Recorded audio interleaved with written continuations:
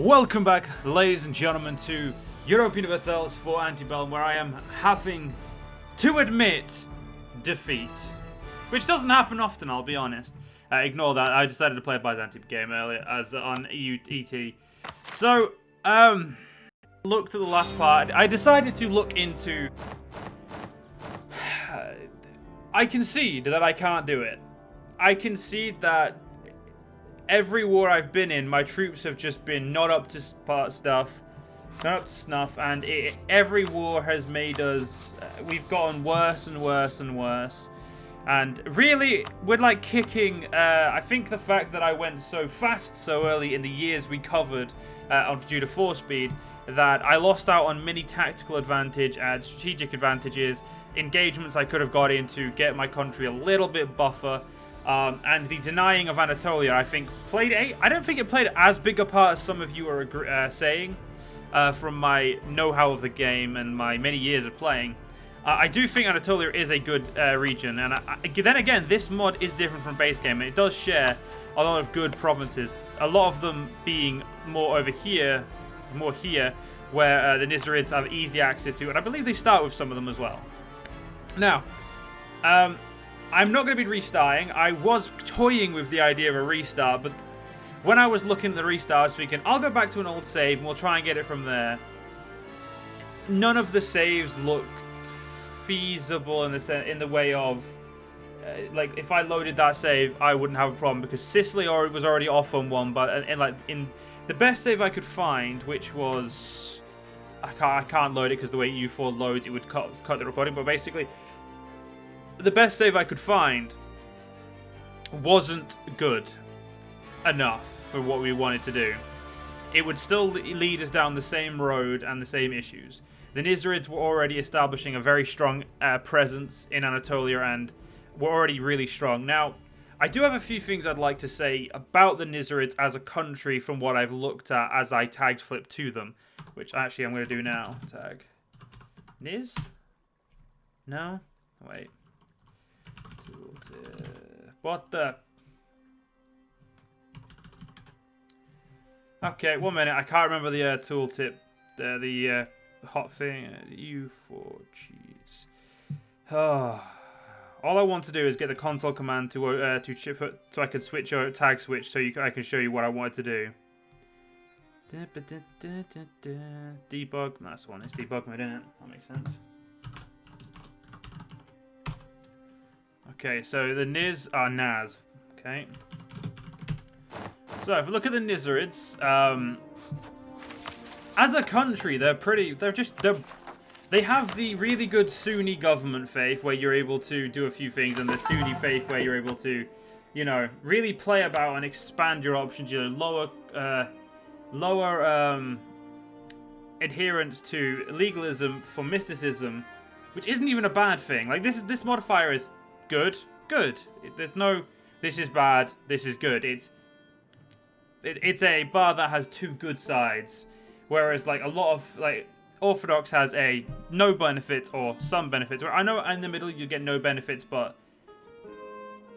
it feels like a very swing and roundabout system. It's a good system, don't get me wrong, but it is very, very broken. Now, obviously they've not got what they had. They seem to have got rid of a lot of what they used to have. So I was going to talk about what they were using here, but they do have some good stuff in here as well. Their economy is just on point. Now, they have stated everything. I do not know where they got the admin to do all this, but they are doing really good when it comes to admin. They're able to hire really expensive advisors as well. So I don't think it was the early game that was... I don't think Anatolia was the big concern. I think the concern was, again, more my play style. I think that was what it is. I don't think Anatolia is the reason they beat me. It's because I was unable... I was playing too quickly. It was mostly me, but obviously, giving them Anatolia did give them money. But the one thing I want to look at is the fact that there is... Where is it? There's one of these is... Yes, here it is. The military coup, which is the only specific Nizarid thing, whereas the Ottomans and like the bigger countries all seem to have... well, France has multiple countries around it that can stop it, that, you know, can try and rival it. The Nizarids don't have that. So I could compare them to France in the sense of power, like as starting as a strong nation, but they don't have anything that is an immediate rival to them. They are essentially the big dick in the park. They are the leader of this, and they're not like the Ottomans where the Ottomans can have disasters that can spawn. They have a lot of rebels, and again, the Ottomans still have people in Europe who are, will ally around them to try and stop them. Now, the Nizarids don't have that. There is a fundamental problem, not problem, but a fundamental issue that they run into or the player will run into against the Nizarids unless you take an early stance to stop them, which is, again, quite hard given that it's not impossible. Like, if I'd have done it earlier, I probably could have done it, but again, I'm not playing a serious game, I'm playing casually, and it's... again, I don't know if I played seriously, I think that would still be it would still be one of those things where I think I'd overzealously focus on it and fuck up elsewhere. But the biggest thing is, the military coup of the Nizarids, it's really... It doesn't affect them. It's...